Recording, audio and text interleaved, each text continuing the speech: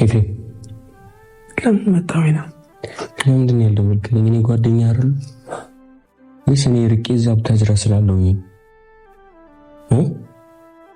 ስለተራራቅን ወንድምነታችን ጓደኝነታችን ቆመ ማለት ነው? እንቅፋት ሲመታ የምትነግረኝ ልጅ እንደዚህ ታመ ወድቀ ዶክተር ያንን ያህል ነገር ተናግሮ ለኔ አትነግረኝም? ይፋ ምን መፍትሄ ያለው ብዬ ነው እናንተን ማስጨነቅ ነው? እንዴት ምን መፍትሄ ያለው? ሰላም እንዴት ናችሁ? ውድና የተከበራችሁ በመላው ዓለም የምትገኙ ኢትዮጵያ እንዲሁም ኤርትራውያን የቻኔ ቤተሰቦች እንዴት ናችሁ? ደህና ናችሁ? አለውን እግዚአብሔር ይመስገን ደህና ነኝ። በነገራችን ላይ ይህን ሰሞን ብዙዎቻችን ብዙ ጭንቀት ብዙ ነገሮችን እያሳለፍን እንደሆነ ነው የማስበው። የፍቅር መጥፋት የቴዲ መሞት፣ አሁን ደግሞ ጭራሽ መሲም ታማ ሆስፒታል ገባች። መሲ የብሬክስ ባለቤት፣ በሱ ጭንቀት ማለት ነው። ኤፋም ይሄው ከታመመ ስንት ቀኑ። እውነት በብዙ ነገሮች ተወጥረናል ብዬ አስባለሁ። እንዲሁም በየአረብ ሀገራት አንዳንድ ሀገራት ላይ ጦርነቱ እያስጨነቀን ነው። በቃ ብቻ ሁላችንም በየራሳችን አስተሳሰብ በየራሳችን መንገድ ብዙ የወጠሩን ነገሮች አሉ ብዬ አስባለሁ እና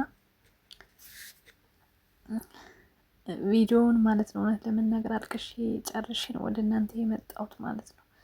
የነ ኤፋን ቪዲዮ ዊና ቤት የተለቀቀው ማለት ነው። ዊና በቅድሚያ እንኳን እግዚአብሔር ማረ እንኳን ቆመህ አየው ለማለት እወዳለሁ።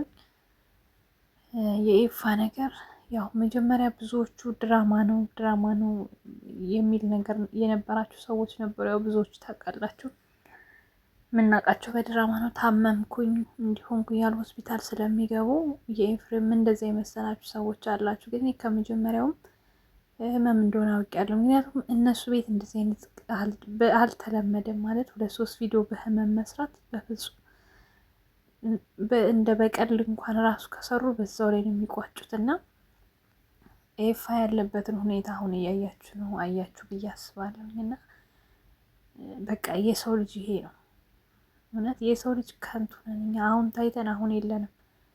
በደቂቃ ውስጥ ምን እንደሚገጥመን አናውቅም። የእውነት አንዳንዴ ሳስበው ክፋታችን፣ ተንኮላችን፣ በቃ እርስ በርስ መጣላት፣ መጨቃጨቅ፣ እርስ በርስ መጎዳዳታችን ለምንድን ነው የሚል ነገር አለብኝ አይምሮ ውስጥና ሁላችንም በየራሳችን አይምሮ ውስጥ የተለያየ ነገር ሊኖር ይችላልና በቃ ስር ሰደድ ክፋት ላይ ባንደርስ ደስ ይለኛል።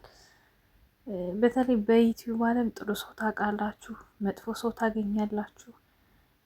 በቃ ለእናንተ እንደ ቤተሰብ የሚጨነቅላችሁ ሰው አለ፣ እንዲሁም ደግሞ የእናንተ መጥፋት የሚመኝ ሰው ይኖራልና በዩቲዩብ ዓለም ብዙ ሰዎችን አውቄያለሁ፣ ብዙ ሰዎችን እንትን ብያለሁና ኤፋ በጣም ምርጥ ልጅ ነው እውነት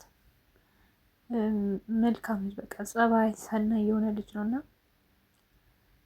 በሃይማኖቱም ጠንካራ ታያላችሁ ብዙ ነገሮችን ብዬ አስባለሁ። እሱ ዊና ምናምን በጣም የሚያደርጉት ነገር ደስ የሚል ነገር ነው። የወጣትነት እድሜያቸውን በጥሩ ነገር የሚያሳልፉ ልጆች ናቸው እና አሁን ላይ ደግሞ ያው ኤፋ ያለበትን ሁኔታ እያያችሁ ነው። ሰሞኑን በጣም ጥያቄ ውስጥ ገብቼ ነበር እኔ። አንድ ቪዲዮ ሲሰራ እንዴት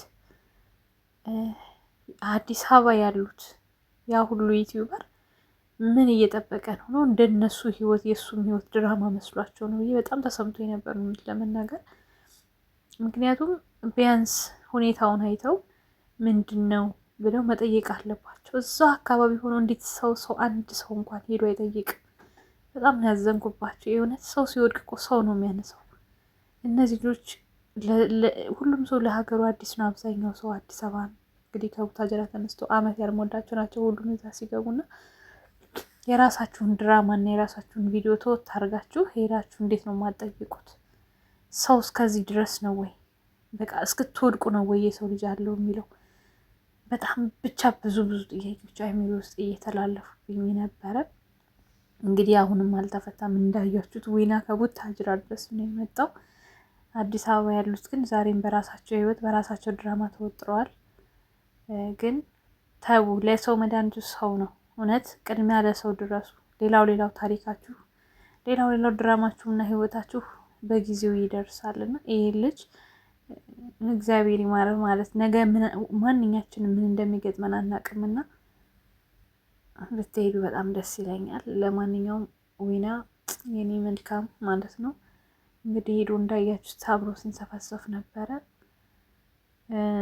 ቡታጅራ መሄድ እንዳለበትም ሲናገር ነበር። እንደገና ደግሞ ለምለም ጋር ደውሎ ያው ቤተሰብ እንዳታሳዩብኝ ቪዲዮውን ምናምን ብሏል። ግን ማየታቸውም ሆነ መስማታቸው አይቀርም። በሰፈር ቪዲዮ ላይ ይሄ ሀገር ያወቀው ፀሐይ የሞቀው ነው ቪዲዮ ላይ ሲወጣ ቤተሰብ መስማቱ አይቀርም እና ግዴታ ቤተሰብ መስማት አለበት ነው እኔ የምለው።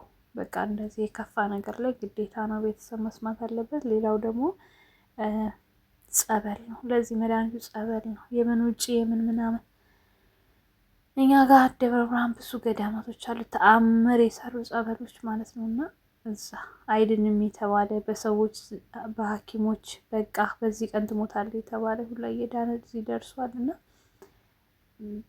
በተቻለ መጠን ጸበል ነው እየጻፍኩላችሁ ነው። እስኪ በውስጥ መጽፍላችኋለሁ። እና ሰሚነሽ ወይ ስውሯ እኛ ጋር ከሌለሽ በጣም ብዙ ጸበሎች አሉ፣ ተአምራት ጸበሎች እና ይሄ ጸበል ነው የሚያድነው ለማለት ነው። ቤተሰቦች ለማንኛውም ምህረቱን ይላክልህ ወንድሜ ፋይዞ፣ እመብርሃን ካንተ ጋር ትሁን። ያብዬ ማይዞሽ ቆንጆ፣ ይህም ያልፋል። የሰው ልጅ ግን ተሰባሪና ከንቱ እንደሆነን በዚህ ነው ያየሁት። ለማንኛውም ቤተሰቦች ወዳችኋለሁ። መልካም ጊዜ። ቻው ቻው።